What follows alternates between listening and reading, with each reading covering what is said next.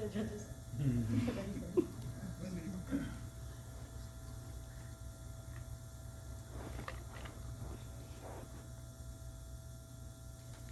Ji Ka Khalsa, Vaheguru Ji Ki Fateh. My name is Kerman Singh. Good morning.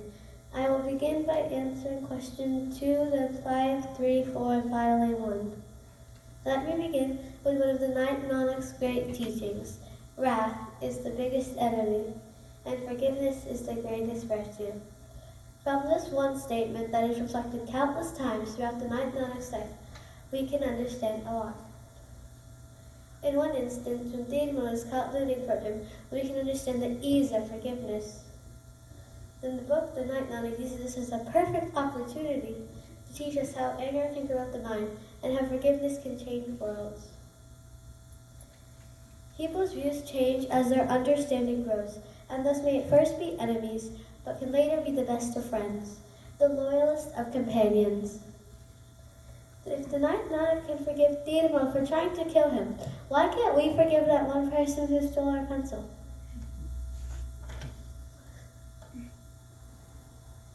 Sure, the world might change, and we might have to, but the Guru's advice is timeless. It still makes sense today. Personally, I could forgive people more easily and be more empathetic. Mistakes occur, and what are accidents but common? In this world, we focus on our struggles and our things like others have none. This is a mistake and often leads to many arguments and wars. Anger is a powerful emotion. If you are angry, soon you will struggle to forgive, becoming more egoistic, blaming others for your problems. The Gurus gave us much knowledge, some of which we still have access to today. Here I conclude my section on question 2 and ask you all to reflect upon your untimely moments of anger and your gracious acts of forgiveness. Now I will answer the 5th question. Pe koho ko detane ne pe manat an. What do you learn from these words, and how will you apply those teachings in your life? This is yet again an important lesson for us to learn and embrace. This really means that you should never fear anything, and you should never impose or scare anyone else. In my life, I will try to be more friendly and remind myself that Vaheguru is always there. Let us take this opportunity to grow ourselves and others into even better people. Let's move on to question 3. Why did the Kashmiri Pandits come to Anandpur Sahib? Why did they be so sure that they could rely on the 9th Nanak? The Guru always helps everyone, no matter religion or ethnic difference. They knew they'd be safe in his company. After all, as Guruji assured them, no one leaves Guru Nanak's house disappointed. Either way, news of the other Nanak's exemplary acts towards the weak and the poor were already widely known. In addition, the Kashmiri Pandits didn't have many choices, as they were being forcefully converted by the Muslim governor and desperately required help. Now let's continue to the 4th question. The 9th Nanak is known as the protector of human rights. What does this mean? How will you stand up for human rights? I will fight for human rights by stopping racial hate and trying to change businesses to minimize discrimination. And maybe, if I'm lucky, I'll get to give more speeches like this one about human rights.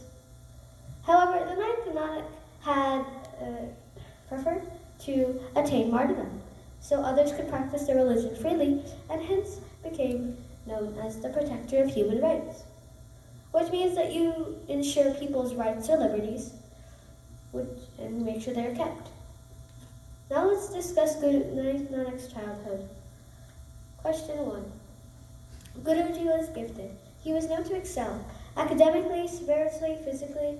When Guru Tegh Bahadur was just 4 and a half, the 6th Nanak personally took Guru Tegh Bahadur Ji to Bhai Buddha Ji and also requested him to share his own spiritual life experiences with the child. Moreover, Baba Buddha Ji also shared historical anecdotes from previous Guruji's lives with the child. Additionally, Guruji learned poetry, philosophy, history, horse riding, swordsmanship, and various other subjects. However, still, the most important source of inspiration to him was his own father. In addition, the 9th Nanak was often found doing meditation or writing poetry. The 9th Nanak, when he was young, learned of many great sacrifices and great deeds of the previous Gurus. Guruji was saintly, humble towards all, fearless, kind, selfless, and much more. The 9th Nanak was gifted in many, many ways. The 9th Nanak taught us all many things, and we still try to dig deeper into his life to find out what other sort of advice he left. The Gurus never let anyone leave without helping them take their Kashmiri Pandits.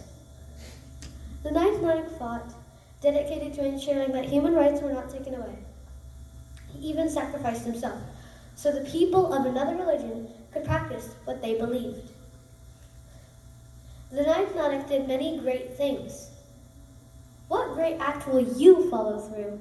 What would be the reason for the speeches and books and celebrations held in your honor? Thank you all for listening. Sincerely, Kermit Singh. Waheguru Ji Ka Khalsa, Waheguru Ji Ki Fateh. Sat Sri Akal.